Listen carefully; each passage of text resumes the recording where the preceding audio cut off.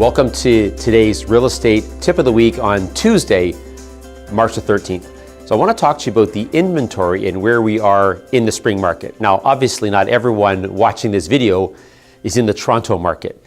And so whatever market you're in, check your inventory level and see if it's a little high or a little bit low or right about even, because depending on where your normal inventory is will dictate how hot your market's going to get. So I'll use Toronto as an example. So those in the greater Toronto area watching this video, this is absolutely the way it is. Everyone else, you need to make a slight adjustment and see where you are in connection to your inventory.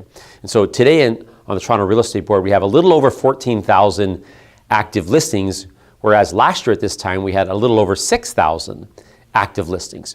And so we got to be careful on how we're dealing with this spring market that we're in right now and have been in for about a month. The spring market usually lasts about 90 days.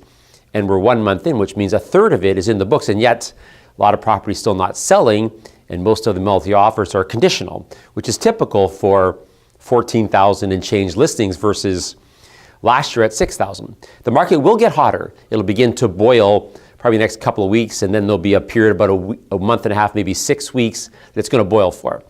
And then it will end mid-May once the 90 days is up. So because this year the sales are going to be high like all the other years, but when the spring market, people come into the market and there's 14,000 plus listings, there's a lot of room for them to disperse.